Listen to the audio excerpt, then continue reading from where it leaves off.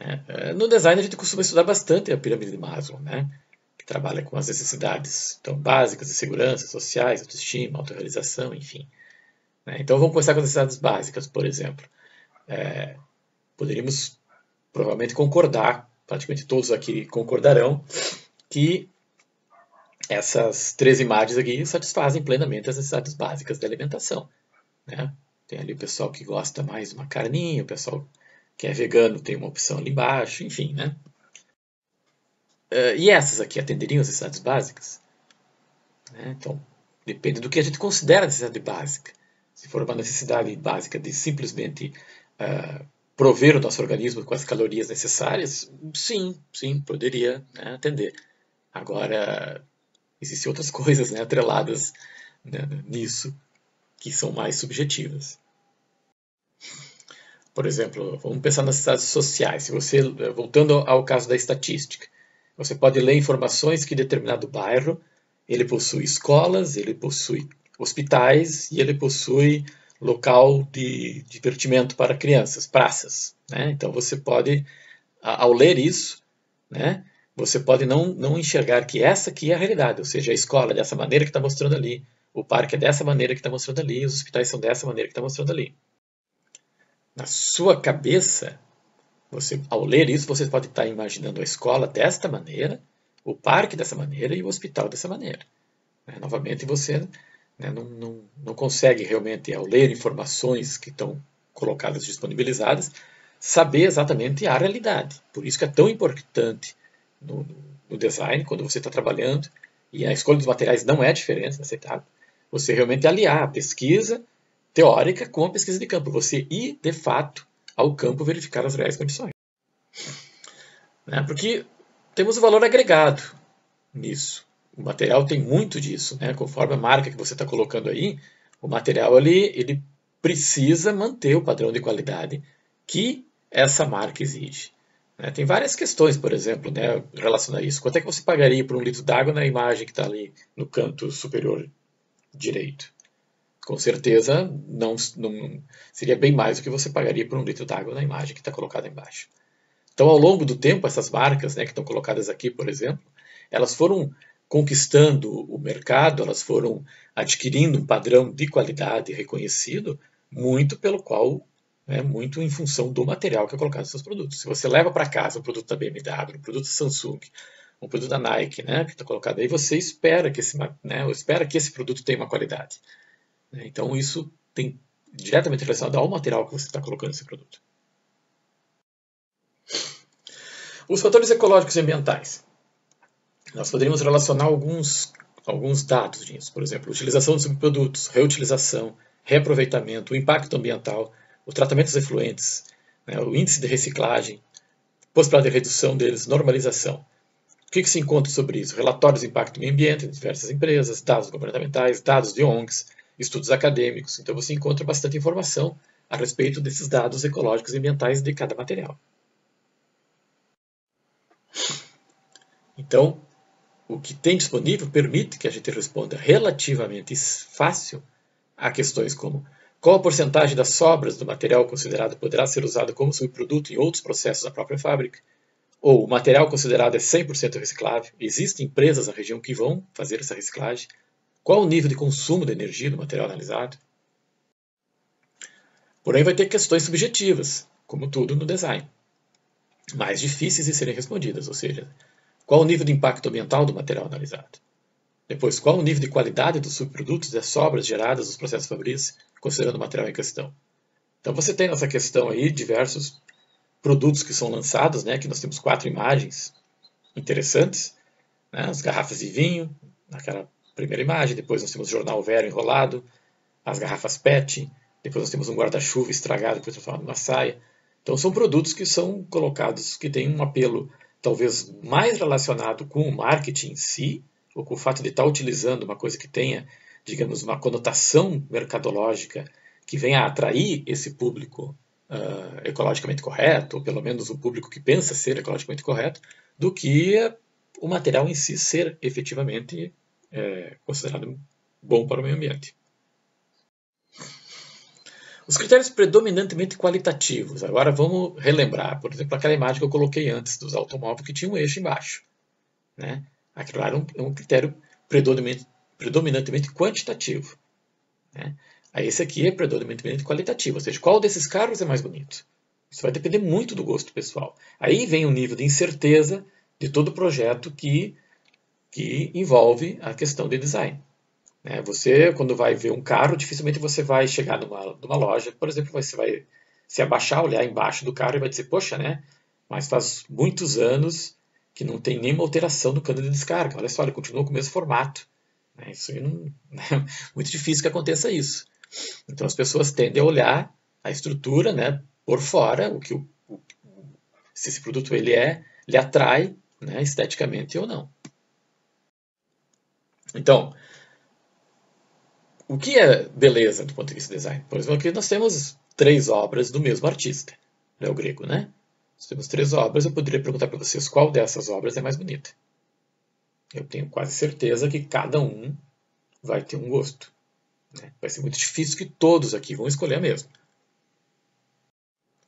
Se a gente mudar o tipo do artista, veja ali, agora a gente colocou, né? Além dos quadros do El Greco, a gente colocou o Da Vinci e o Rembrandt. Mudamos o artista, pronto, muda o conceito, muda o estilo. A questão da beleza associada passa a ser diferente. Então, se eu escolhi antes um quadro do El Greco, né, porque eu gosto mais de figuras humanas, por exemplo, eu posso estar aqui agora com outras 2 opções, com um estilo completamente diferente, que pode fazer com que a minha escolha anterior seja alterada.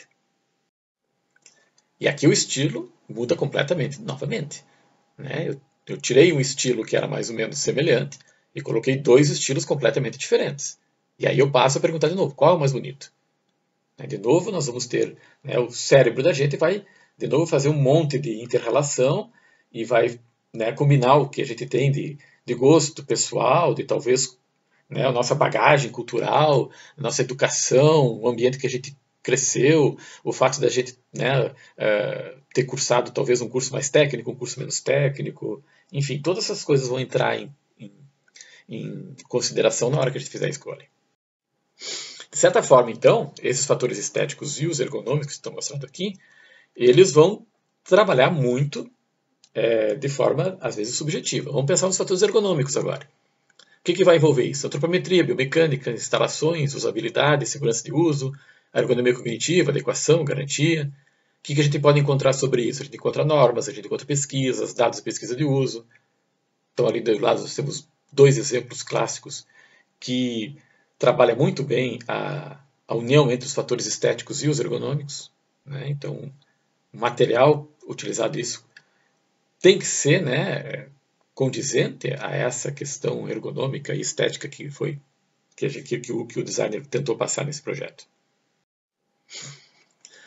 Então, por exemplo, não é possível responder com precisão questões do tipo: o nível de conforto do usuário está garantido durante todo o período de uso? O nível de conforto é uma coisa muito relativa. Se a gente senta numa cadeira, meia hora depois, essa cadeira pode não estar mais tão confortável quanto a gente achou que era no começo. O conforto térmico é outra coisa que varia muito. Se a gente está numa sala e ela está muito quente, a gente regula o ar-condicionado, daqui a pouco já não está mais sentindo calor, já está sentindo frio. Se você tiver 20, 30 pessoas, cada uma delas vai estar com uma sensação diferente. Algumas pessoas vão estar se sentindo bem, outras pessoas estão com frio, outras vão estar se sentindo com calor, enfim. Então, como ele se mede o conforto? Ele é igual para todos os usuários? Óbvio que não. Como se pode garantir o uso e a segurança na utilização de usuários com biotipos diferentes, idades diferentes, particularidades físicas e de saúde diferentes? Quando você coloca um material que você considera confortável para determinado grupo que você testou, não significa que outras pessoas, né, que tenham idades diferentes ou biotipos diferentes possam se sentir igualmente confortáveis com ele. Aqui nós temos alguns casos típicos, né, da questão da ergonomia, né, não só posturas, né, e, enfim, posicionamento, antropometria, biomecânica, isso varia muito, o design estuda muito bem essa parte, uma das partes que o design trabalha muito bem, mas é uma parte muito interessante porque não adianta você fazer todo um estudo ergonômico muito bem detalhado e na hora que você colocar o material, esse material não for adequado. Né? Então, por exemplo, ali no transporte de cargas, né? Tudo bem, você tem a técnica errada e você tem a técnica correta. Mas se você colocou o material da pega, o material ruim, mesmo que você esteja usando a técnica correta, você vai continua proporcionando um desconforto de uso. Pode não ser um desconforto tão grande quanto se você tiver com a técnica errada, mas continua tendo um desconforto de uso. Né? A pessoa ali está sentada ali com dor ali nas costas, né? De nada adianta, por exemplo, o ângulo da cadeira, você ter feito todo um estudo antropométrico, biomecânico, né? E o ângulo da cadeira está direitinho, né? Posição. Se o material que você colocou ali é um material que talvez não esteja adequado a isso, o material esquenta muito, ou ele é muito duro, ou ele é muito macio e acaba deformando quando você fica sentado muito tempo. Enfim, né?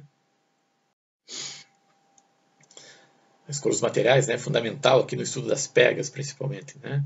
Ali as ferramentas, né, ferramentas comuns de poda, alicates, ferramentas de trabalho doméstico, esse estudo das pegas é fundamental, o material que tu coloca é fundamental para que esse produto ele possa ser utilizado por um período mais longo de tempo, sem proporcionar dores no usuário. Aqui estou mostrando mais um exemplo sobre pegas, né? Também mostra essa questão ali da alça, da bolsa. É um exemplo muito importante, né? Você tem aí a dificuldade que tem de você colocar o material na alça que seja resistente o suficiente para que você possa transportar a bolsa com alguma coisa dentro sem ela arrebentar, obviamente, e ao mesmo tempo seja confortável, de modo que a pessoa possa carregar isso às vezes horas, né? Sem machucar a mão. O calçado ali é outro exemplo super importante, super interessante. Por exemplo, todo mundo aqui já comprou um calçado. Qual é a experiência que você tem ao comprar um calçado? Quando você compra um calçado, você olha lá, tem uma série de calçados expostos, né? E quando você escolhe um calçado, você vai escolher ele pelos fatores estéticos. Você vai escolher aquele que lhe atraiu, aquele que você achou mais bonito, obviamente.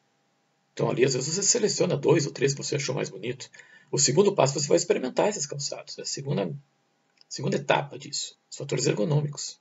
Você experimenta e, de repente, aquele que você achou mais bonito, ele acabou apertando o seu pé, machucou teu dedo, você não gostou quando você caminhou com ele.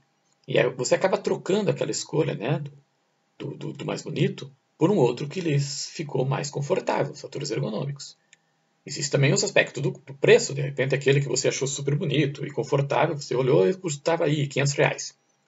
E aquele outro que você achou mais feinho custava R$ 50. Aí você pensa, poxa, né, até aquele não é tão feio assim. Então, por exemplo, só aí nessa questão do calçado, você tem 3 dos fatores que a gente está mencionando aqui. Fatores estéticos, fatores ergonômicos e fatores financeiros e econômicos. Né? Então, quem trabalha com design de moda, por exemplo, essa é uma questão muito, muito importante, essa questão do material que você coloca, né? Como é que você bota ali para a pessoa, né, proporcionar que a pessoa não fique com frio e ao mesmo tempo o material ele seja confortável, bom de você usar. Né? Então você vê aí, se você começar a estudar a composição do que é feito os materiais, muitas vezes, né?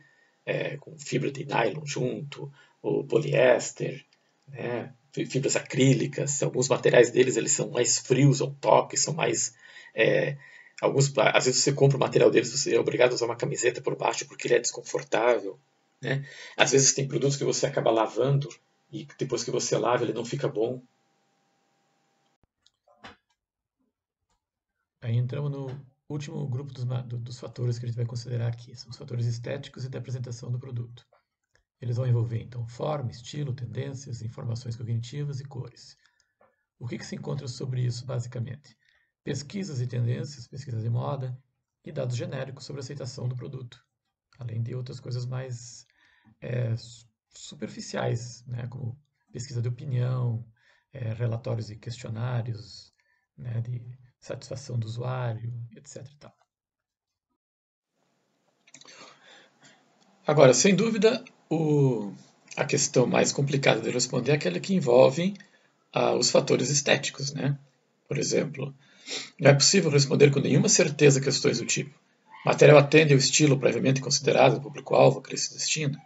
Ou então, material analisado é possível perceber claramente a mensagem e o simbolismo pretendidos? Ou material analisado é adequado a tendências futuras? É muito complicado conseguir uma resposta para essas alternativas.